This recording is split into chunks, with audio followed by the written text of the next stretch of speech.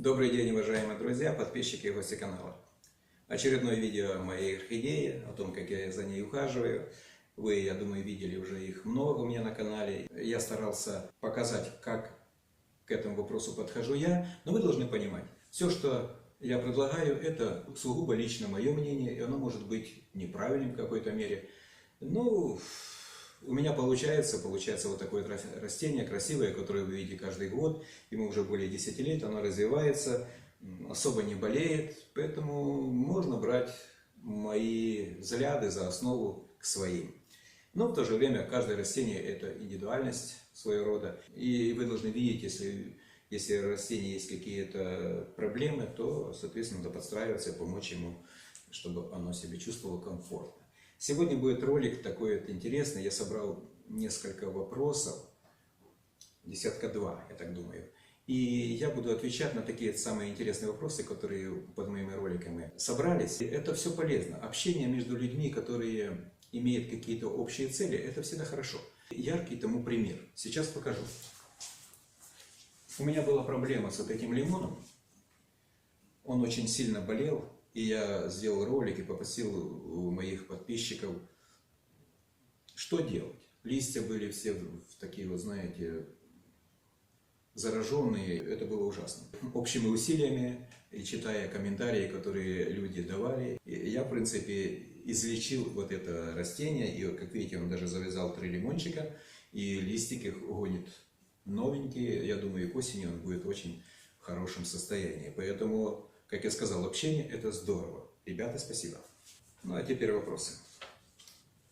Как называется ваша орхидея? Этот сорт называется «Счастливая Валентина». Ей присуще вот такое обильное цветение. Она очень легко поддается выращиванию. Имеет вот такие вот 10 сантиметров приблизительно цветочки такого вот розовенького цвета. Поэтому можно рекомендовать это растение, именно вот эту «Счастливую Валентину», для того, чтобы начать с него. Сколько у вас в горшке растений? Я так понимаю, не одно. Ну, на самом деле здесь одно растение. Оно просто разрослось за этих более чем 10 лет. А все вот эти детки, которые пустило маточные растения, которые вот оно идет в сторону юга, они все находятся на одном корне. И это было хорошо видно, когда в прошлом году или позапрошлом, есть ролик, где я пересаживал цветущее растение, вытаскивал все, вытряхивал с нее, она не распалась на отдельные растения, а таким же целым было общим, и если кто сомневается. И потом опять же мы ее садили. Поэтому здесь одно растение, просто детки я не отделял. У меня орхидея уже несколько лет, но не цветет. Что делать? Это немножко как бы сложный вопрос, и однозначно на этот вопрос ответить нельзя. Может быть несколько причин, начиная от банальных вредителей, каких-то там, которые завелись и не дают возможности, угнетают это растение, и кончая тем, что растение в холодном как бы климате находится, или же слишком много полива, или же просто вы много его кормите. Если часто его кормить и с удобрением очень часто и обильно, она может не цвести, ей и так хорошо живется. Поэтому надо здесь немножко иметь такой баланс. Ну, это как бы основные такие вещи. Можно ли орхидею выращивать на подоконнике? Да, конечно, можно, но не на каждом.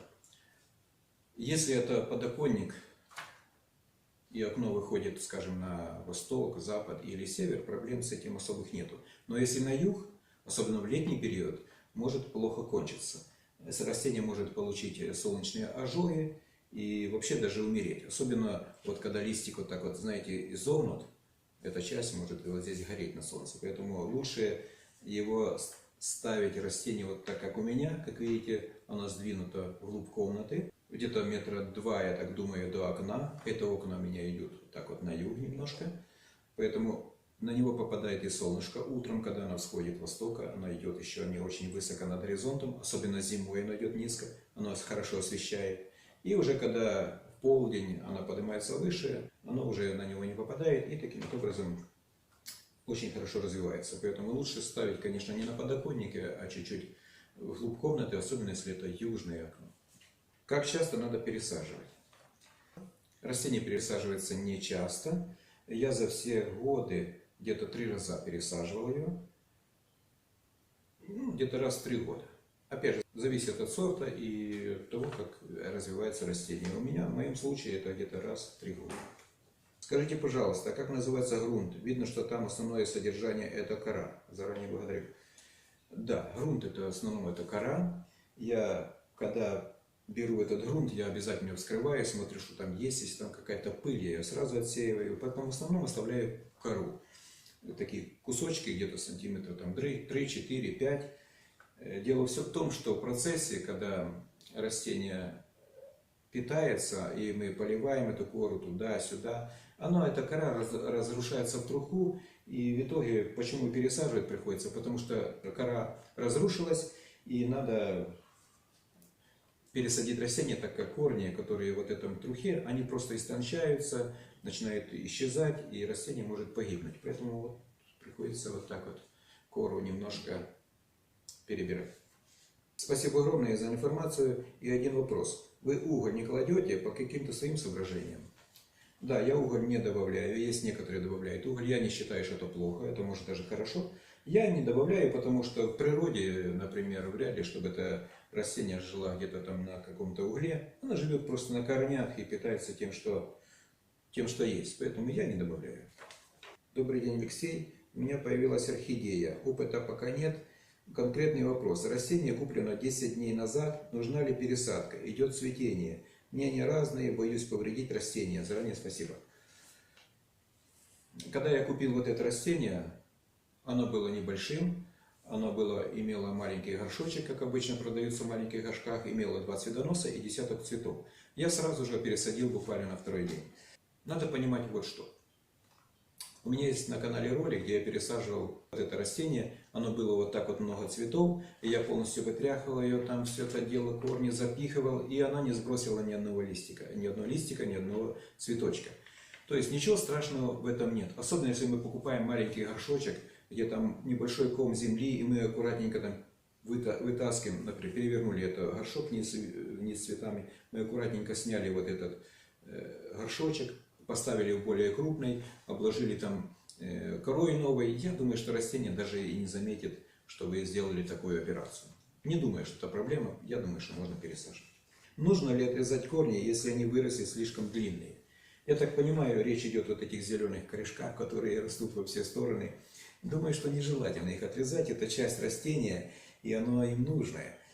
Оно даже украшает это растение такое вот. Поэтому я считаю, что это не нужно. Ну, если уж у вас выросли там, я не знаю, громадные корни, но я их, если пересаживаю, я их просто прячу в грунт, эти корни. Они сегментированы, в принципе, есть сегментики, на которых можно обломить или обрезать.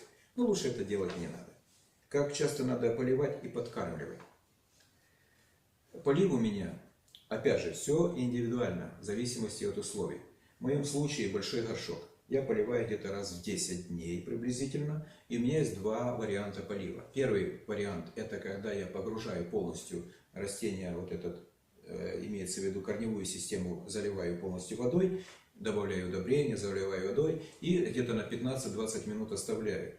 Потом это все дело выливаю в воду и таким вот образом считается, что полито мне растение. Это первый метод. И второй метод, когда мне там некогда заниматься вот такими вот вещами, и когда я не собираюсь подкармливать его, я просто беру стакан воды 250 грамм на вот этот объем, повторяю, здесь довольно большой горшок, выливаю сверху по корням, чтобы оно максимально смочить вот эти корни, оно впитывается в сухую кору и таким вот образом поливаю, где-то раз в недельку, может быть, я так вот делаю. Опять же, зависит от того, если это зима и растение в покое не цветет, это делаю реже. Если оно так буйно цветет, то немножко чаще, для того, чтобы у него не было недостатка влаги. И если будет недостаток, начнет сразу сбрасывать цветочки для начала. Поэтому вот так вот поливаем. Алексей, подскажите, пожалуйста, а в зимнее время вы тоже добавляете удобрения в воду при поливе? Да, если это я делаю методом погружения, зима или лето, неважно когда, я немножко добавляю умеренное количество удобрений. Если это полив, как я сказал, со стакана, то нет. Зимой, летом, без разницы. А у меня после полива с удобрением все орхидеи сдохли. Теперь только водой поливаю. Я так подозреваю, что было слишком высокая концентрация удобрения, и корни просто попалились, и удобрение повредило само растение. Да, это может быть, поэтому прежде чем использовать удобрения, внимательно почитайте инструкцию. Я всегда меньше, чем в инструкции написано, немножко делаю, и не каждый раз. Поэтому, и опять же, зависит от удобрения, если непонятно, какое кто-то там вам дал, без всякой инструкции, то может вообще лучше воздержаться, купить где-то проверенное удобрение. Бывает такое, к сожалению. Почему вы не предостерегаете, что при поливе ни в коем случае вода не должна попадать в центр листьев? Или это не столь важно? Я считаю, что это не столь важно, так как растение живет в природе, где-то там на дереве. И во время дождя вода попадает везде. И, как видите, они как-то выжили уже миллион лет. Поэтому я думаю, что это не столь важно. Я поливаю иной раз сверху. Если это на улице делаю опрыскивание или полив, не обращаю внимания, попадет ли это в пазухи листьев или нет. Пройдет буквально 10 минут, если это летом особенно, вода высыхает и все. Я знаю, некоторые там вымакивают ваткой, палочками и так далее. Ну, я не делаю этого и не считаю, что это важно. Особенно летом. Зимой, может быть, и не надо этого делать, а летом можно. Когда цветет, вроде же нельзя удобрения. Да, есть такое, что считается, что если растение орхидея цветет, то его нельзя удобрять. Нельзя использовать удобрения. Я использую. При поливе использую немножко удобрения, цветет, не цветет, без разницы. Поэтому мое мнение, что можно. Главное не дать лишнего. На листьях появились белесые пятна. Что это? Сейчас я покажу для начала.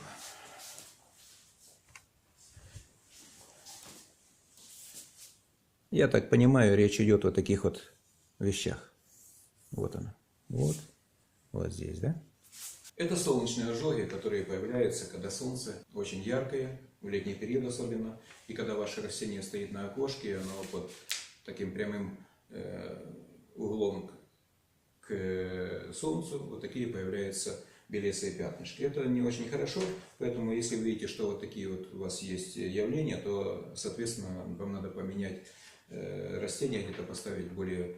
Как видите, у меня оно стоит в глубине комнаты, лучше или в глубь комнаты поставить, или на другое окошко, в которое нет вот таких вот явных солнечных лучей. И я думаю, это будет только лучше. Добрый день, я нигде не видела такой красоты дома, без всяких орхидерариумов. Подскажите, пожалуйста, после цветения вы обрезаете цветоносы? Если да, то как? Если растение отцвелось, орхидея, и цветоносы остались зелеными, я их не обрезаю. Например, вот эти два цветоноса – это вторичное цветение. Они цвели у нас перед зимой. Она оставила, 7, кстати, она оставила цветоносов на зиму. Они все были зеленые. Я, конечно, обрадовался, думал, вот это весной будет класс. Но в итоге она 5 штук усушила, пришлось их обрезать. А вот эти два оставила, и вот они выбросили вторичное цветение. Поэтому если цветонос зелененький стоит, продолжайте ухаживать, как до этого ухаживали, и он, возможно, даст вторичное цветение, которое обычно является более таким ярким, и более цветов больше на него цепляется, поэтому не надо обрезать. Если же цветонос усох, и вы видите, он стоит сухой, понятно, что с ним уже ничего не получится, его можно обрезать обычным секатором или ножницами, зависит от того, какой объем. На канале есть, кстати, целый ролик, посвященный вот этим всем моментам. Расскажите, пожалуйста, как вы добились 5 прикорневых деток? Спасибо. Очень просто. Я просто ничего не делал. Купил, посадил и ухаживал. Они сами образовались, эти детки, и они образуются в течение пару лет. При правильном уходе растения начинают разрастаться, и деток можно оставить, как я, на корни, и у вас получится такое мощное растение. А можно на детках, когда начинают расти корешки свои, их можно будет отделить, оторвать, грубо говоря, посадить в отдельный горшок и ухаживать за отдельным растением. И в итоге у вас будет такое размножение. И я чувствую, что мне придется это делать, делить его, потому что растение уже очень большое, оно начинает валить уже горшок на бок. И здесь их много у меня деток, поэтому я так думаю, буду это делать. И возможно, если кто-то рядышком у меня здесь живет, то мы сделаем такой конкурс, и кто-нибудь выиграет вот такую вот детку одну. Растение хорошее, с хорошей генетикой. И я так думаю, что я поделюсь с кем-то из вас. Следите за каналом. Что делать с листьями, которые имеют травмы? Травмы – это неизбежно.